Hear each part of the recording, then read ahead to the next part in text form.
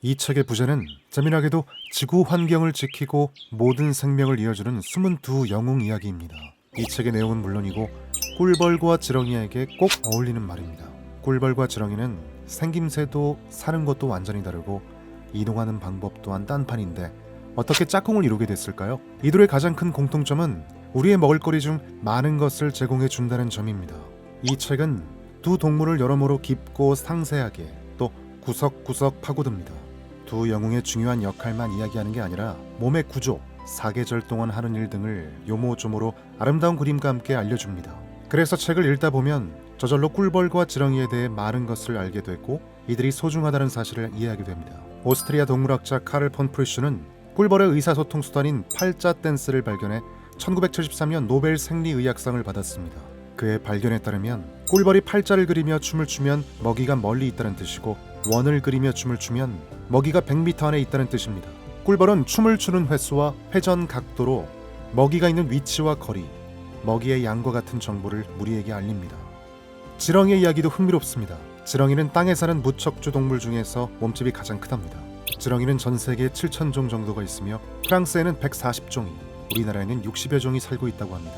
이 책에서 알려주듯이 지렁이는 아주 이로운 동물입니다. 부지런히 땅굴을 만들어 흙에 공기가 잘 통하게 하고 땅속 깊은 곳에 물이 스며들게 하며 흙을 삼켰다가 소환 후 배설하여 식물들이 건강하게 자라는 데 꼭 필요한 부식토를 만들어냅니다. 이 두 영웅이 점차 사라져가고 있어 많은 사람이 걱정하고 있습니다. 아스팔트로 뒤덮인 도시가 많아지면서 지렁이는 땅굴을 파지 못합니다. 꽃에는 꿀벌이 아니라 매연이 앉습니다. 농사를 짓는 땅에서는 화학 물질로 인해 꿀벌과 지렁이가 죽어가고 있습니다. 꿀벌과 지렁이가 먹을거리를 주며 우리를 지켜주었듯 이제 우리도 두 영웅을 보호하고 지켜주는 훌륭한 파수꾼이 되는 건 어떨까요? 어린이를 위한 전래동화는 있을 수 있지만 어린이만을 위한 과학동화책은 있을 수 없다는 생각이 듭니다. 우리 성인들은 무엇을 알고 또 무엇을 가르칠 수 있을까요? 어린이들에게 좋은 과학 그림책을 함께하면서 많은 교육을 할 수 있는 기회가 열리길 바랍니다. 오늘도 역시 유쾌한 뮤지컬 배우 김미미님과 함께했습니다. 꿀벌과 지렁이는 대단해! 꿀벌과 지렁이 둘이 무슨 관계가 있을까? 꿀벌은 붕붕 날아다니지만 지렁이는 꿈틀꿈틀 기어다니죠. 또 꿀벌은 꿀을 모으러 다니지만 지렁이는 땅속에서 먼지 모를 무언가를 만들어요. 이렇게 둘은 크게 다르죠. 하지만 생각보다 깊은 관계가 있어요. 우리가 먹는 것의 절반은 이 두 작은 벌레가 생명을 준 것들이거든요. 유채, 해바라기, 많은 채소와 과일, 애호박부터 카카오까지 말이에요. 사과도 마찬가지랍니다. 슈퍼마켓에 진열된 빨갛고 예쁜 사과는 꿀벌이 꽃가루 바지를 해준 덕분에 생명을 얻은 거죠. 또 사과나무 아래에는 분명히 지렁이들도 있었을 거예요. 지렁이들이 썩은 낙엽들을 거름으로 만들고 부지런히 땅굴을 판 덕분에 사과나무는 그곳에 뿌리를 내려 영양분을 얻은 거랍니다. 이처럼 생명의 위대한 끈은 꿀벌과 지렁이, 꽃과 사과뿐 아니라 새, 나무, 거미, 오소리, 두더지, 진딧물, 물고기, 맨눈으로는 보이지 않을 만큼 작은 곤충들까지 이어지고 있어요. 그리고 우리 인간들도 이어진답니다. 세상 모든 것이 똑같은 햇빛과 똑같은 비 아래 똑같은 흙으로 이어져 있거든요. 자연 속 두 영웅. 어느 여름날 이른 아침이에요. 토마토가 햇살 아래 빨갛게 익고 양상추 잎이 무성하게 자라고 풀숲 사이에 애호박이 숨어 있어요. 그런데 이 텃밭을 멋지게 일궈낸 숨은 두 영웅을 알고 있나요? 한 영웅은 더운 날씨 속에서 이곳 저곳 옮겨다니며 꿀을 모읍니다. 그리고 다른 한 영웅은 땅속에 몸을 동그랗게 움츠리고 잠을 자죠. 사실 이 영웅들은 우리가 좋아할 만한 모습은 아니에요. 꿀벌은 침을 쏘고 지렁이는 미끌거리니까요.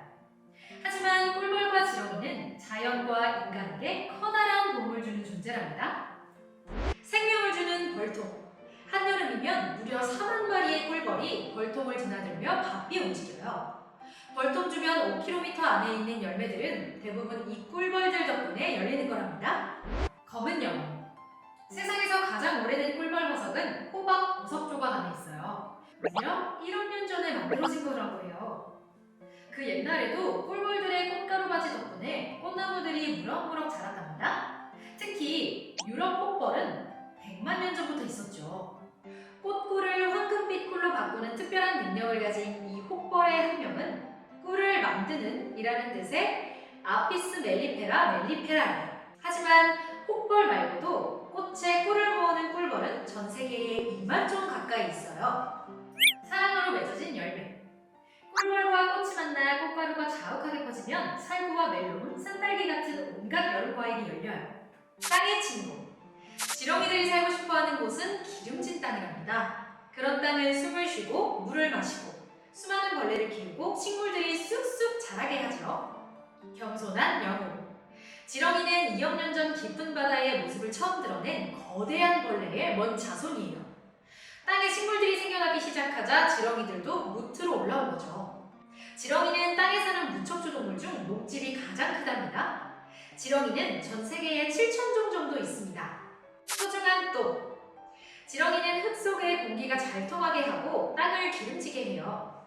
땅 속에 지렁이 똥이 보이면 그곳에 지렁이가 살고 있다는 걸 알 수 있어요. 꿀을 모으기 위한 몸. 꿀벌의 몸은 무려 6,500만 년 동안 꽃들과 멋지게 협동할 수 있도록 만들어져 왔죠.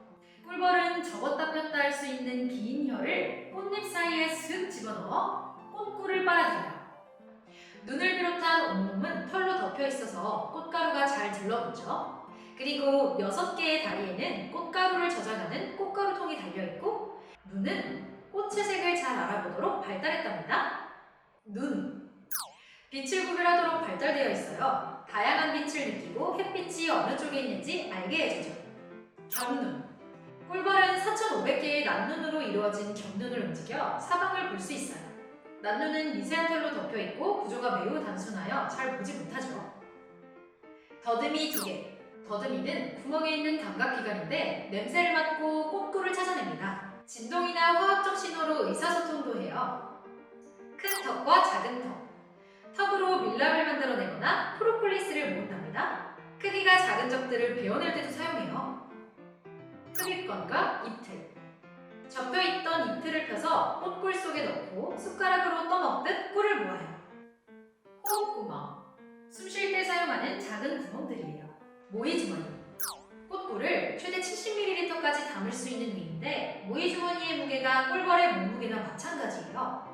이곳에서 꽃꿀이 꿀로 바뀌기 시작한답니다. 날개 내장. 혈관이 비치는 투명한 막이에요. 날개를 이용해 앞, 뒤, 비스듬한 방향 모두 날 수 있죠.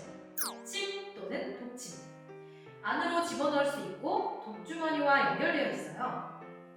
꽃가루통. 긴 털로 뒤덮인 채 속이 비어 있으며 여기에 작은 꽃가루 알갱이들을 밀어넣습니다. 갈고리. 분봉을 위해 꿀벌 무리가 한데 모일 때 서로를 붙잡고 매달리는 데 사용하죠. 꽃꿀을 찾는 눈. 꿀벌은 딱 3가지 색만 구별할 수 있어요. 바로 초록색과 파란색, 자외선이에요. 특히 자외선은 사람에게는 보이지 않는 색이죠. 꿀벌에게 노란색은 옅은 초록색으로 보이고 주황색과 빨간색은 검은색으로 보인답니다. 개, 양귀비 같은 꽃들은 꽃가루 바지를 하기 위해 한가운데에 자외선으로 표시를 해두어 꿀벌이 꽃꿀을 찾아오도록 하죠. 물론 꽃가루들. 사람들 눈에는 이 표시가 까맣고 작은 얼룩처럼 보인답니다. 땅을 기어다니는 수화벌. 지렁이의 몸 구조는 꽤 단순하답니다. 몸마디 150개 정도로 이루어진 기다란 관 모양이죠. 지렁이의 창자는 몸의 한쪽 끝에 있는 입에서 반대쪽 끝에 있는 항문까지 쭉 이어져 있어요. 창자 외의 다른 기관들은 대부분 머리 쪽에 모여있죠. 크기가 1mm쯤 되는 분비생긴 뇌와 심장 5쌍, 모이주머니, 모래주머니, 생식기 등이 그곳에 있거든요. 코. 콧구멍이 없어 냄새를 맡지 못하고 굴착기처럼 땅속에 파묻어요. 식도. 먹이를 모이주머니까지 보냅니다. 모이주머니. 작은 위와 같은 곳으로 여기에서 소화가 시작됩니다. 입. 2번째 목마디에 있어요. 썩은 나뭇잎 조각, 흙 같은 유기물을 빨아들이죠. 심장. 5개에서 7쌍이 있고 배에 있는 혈관을 통해 몸 뒤쪽으로 피를 보냅니다. 정수. 수컷의 생식기관이에요. 난소. 암컷의 생식기관입니다. 모래주머니. 먹이가 으깨지는 주머니랍니다. 창자. 20에서 150번째 목마디에 걸쳐 있는데 영양분을 흡수한 뒤 흙이 뒤섞인 찌꺼기를 배설해요. 슴슴하고 두꺼운 띠로 고치를 만드는 점액을 분비해요. 근육. 지렁이의 몸에는 한쪽 끝에서 반대쪽 끝까지 기다랗게 이어진 근육이 있어요. 그리고 몸마디마다 몸을 둘러싸는 근육이 따로 있죠. 센털. 몸 마디마디마다 8개씩 나 있는 미세한 털 덕분에 몸이 땅바닥에 들러붙어 뒤로 미끄러지지 않아요. 항문. 배설물이 나오는 구멍이에요. 숨을 쉬는 피부. 지렁이는 허파가 따로 없는 대신 아주 얇은 피부를 통해 숨을 쉬어요. 피부가 산소를 빨아들이려면 점액을 분비하는 세포의 도움을 받아 촉촉한 상태로 있어야 한답니다. 피부가 마른 지렁이는 살 수가 없어요. 하지만 물속에 너무 오래 있어도 살지 못한답니다. 꽃들의 친구. 봄이면 사과나무 꽃에서 은은한 향기가 퍼져나가고 향기에 끌린 꿀벌은 꿀을 찾기 위해 어여쁜 분홍빛 꽃에 앉아요. 그런 다음 긴 관을 꽃 속으로 살며시 밀어넣죠. 어느새 꽃가루를 뒤집어 쓴 꿀벌은 다른 곳에 가서 그 꽃가루를 옮긴답니다. 얼마 뒤 꽃이 있던 자리에는 열매가 맺혀요. 꽃가루 바지는 자연에서 꿀벌들이 맡은 정말 중요한 임무랍니다. 전 세계 식물의 80%가 집벌과 야생벌의 도움으로 꽃가루 바지를 하게 되죠. 해바라기부터 난초에 이르기까지 말이에요. 꽃가루, 암술머리, 수술, 밑씨, 암술, 꽃잎, 씨방, 꽃받침잎, 꽃받침. 꽃과 꿀벌의 협동. 꿀벌과 꽃은 무려 1억 년 전부터 서로에게 봉사해왔어요. 둘은 꽃꿀과 꽃가루 바지를 주고받는 관계를 맺기 위해 변신해왔죠. 꿀벌의 흡입권은 거의 모든 꽃의 한가운데까지 닿을 수 있도록 발달했답니다. 그리고 꽃들은 색깔이나 향기, 풍부한 꽃꿀 등 꿀벌 눈에 잘 띄고 꿀벌을 불러들이는 기술들을 개발했죠. 1번 꽃꿀 찾기. 꽃꿀을 마시러 온 꿀벌의 털에 수술해 있는 꽃가루 알갱이들이 묻어요. 2번 꽃가루 수송 작전. 꿀벌이 또 다른 꽃의 암술에 꽃가루를 묻혀요. 꽃가루 알맹이가 씨방까지 들어가면 밑씨가 만들어져요. 3번 열매 맺기. 수정된 밑씨에서 열매가 맺혀요. 꿀벌이 다녀간 자리에 있는 사과, 체리, 키위, 토마토, 해바라기 씨 등 갖가지 열매가 열려요. 생태계 엔지니어. 지렁이는 보잘것없게 생겼지만 자연에서 무척 중요한 역할을 맡고 있어요. 그래서 과학자들은 지렁이에게 생태계 엔지니어라는 이름까지 붙여줬죠. 지렁이가 만든 땅굴은 흙에 공기가 잘 통하게 하고 땅속 깊은 곳까지 물이 스며들게 한답니다. 그리고 흙을 삼켰다가 소화하면서 식물들이 건강하게 자라는데 꼭 필요한 부식토를 만들어내죠. 이뿐만 아니라 썩은 잎 등 커다란 찌꺼기들을 잘게 부수기도 하는데 이것은 땅속 청소부로서 중요한 역할이랍니다. 아주 작은 집. 세균이나 균류 같은 작은 재생 전문가들은 땅속 찌꺼기들을 영양분으로 바꿔주는데 지렁이가 만든 땅굴은 이들이 살기에 안성맞춤인 곳이에요. 바람이 솔솔. 지렁이가 만드는 땅굴 덕분에 땅 1제곱미터당 공기가 젖어들 수 있는 땅속 공간은 5제곱미터만큼 생겨요. 흙 뒤섞기. 지렁이가 왔다 갔다 하면서 철분 같은 미네랄 성분이 든 하층 토를 위로 올리고 유기물 찌꺼기들을 땅속 깊이 가져가요. 먹이 재활용. 썩은 나뭇잎 중 큰 조각들을 삭힌 다음 잘게 부수어 아주 작은 벌레들이 먹을 수 있게 해요. 기름진 배설물. 1년 동안 초원 1만 제곱미터당 100만 마리의 지렁이가 기름진 배설물 40에서 100톤을 땅 위와 땅속에 내놓아요. 챔피언 지렁이. 지렁이는 매일 자기 몸무게보다 1.5배나 되는 흙을 파헤쳐요.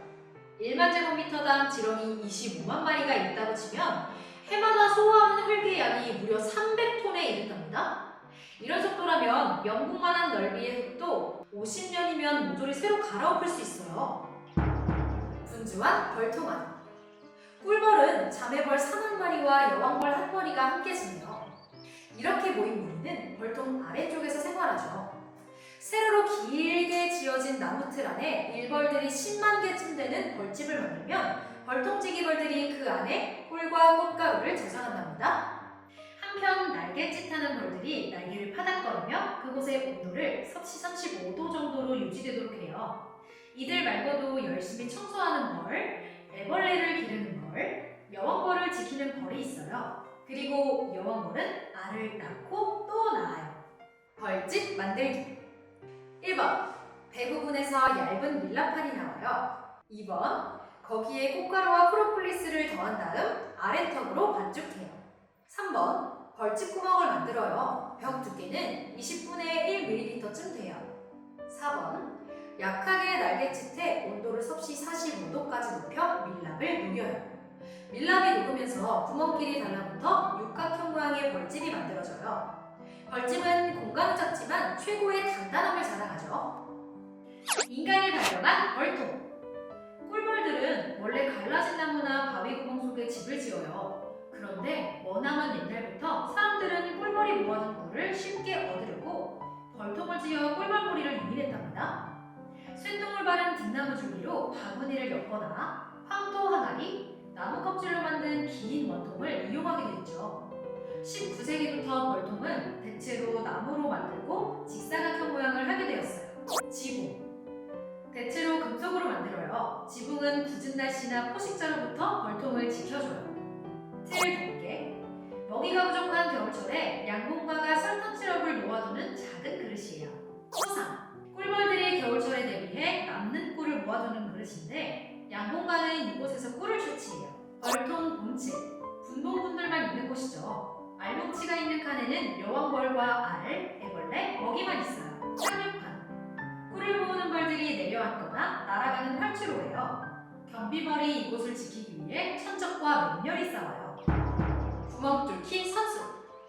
땅에 사는 지렁이는 구멍 뚫기 전문가예요. 흙을 먹으면서 땅을 파고 들어가죠. 거미줄같이 연결된 통로들을 땅속에 뚫어두고 깊이가 1에서 2.5m 되는 곳까지 자유롭게 오간답니다. 폭이 8에서 11mm가량 되고 동글동글한 똥을 조금씩 덧바른 지하 터널이 아래로 쭉 늘어져 있어요. 지렁이는 가장 깊은 곳에 작은 방들을 만들어 해질녘까지 그곳에서 머물러요. 덩치가 큰 벌레들, 다지류, 개미, 달팽이처럼 땅속에 사는 몸집이 큰 벌레들은 나뭇잎들을 작게 잘라먹어요. 흙 속의 작은 동물. 건강한 땅에는 매우 작은 동식물이 엄청나게 많이 살고 있어요. 땅 1만 제곱미터 면적 안에는 지렁이를 비롯한 수많은 작은 동물이 1에서 5톤, 미세균류 3톤, 박테리아 1.5톤이 있답니다. 이웃사촌 벌레들.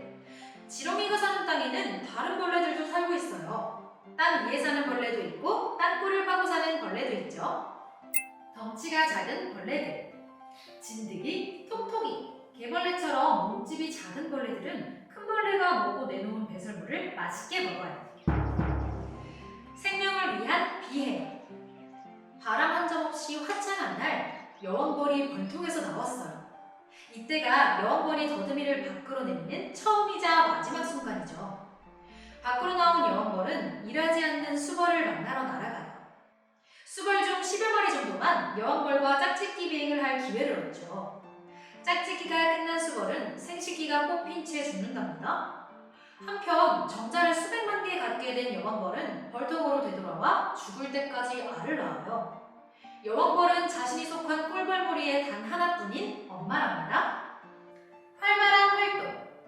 주위에서 날아온 수벌 수백 마리가 여왕벌을 기다리며 날아다녀요. 알만 낳다 죽는 여왕벌. 태어난 지 일주일이 지난 여왕벌은 비행을 시작해요. 수벌 10여 마리와 짝짓기한 여왕벌은 정자를 9천만 개 받죠. 그중 약 700만 개는 특별한 기관에 저장해 놓고 알을 수정할 때마다 차례로 꺼내 쓴답니다. 3년에서 5년 동안 해마다 40만 개 가까이 알을 낳아요. 여왕벌이 낳는 알의 수가 점점 줄어들면 일벌들은 여왕벌을 죽이고 새 여왕벌을 여왕자리에 오르게 해요. 결국 쫓겨나는 수벌. 수벌의 임무는 단 하나, 여왕벌을 수정시키는 일뿐이죠.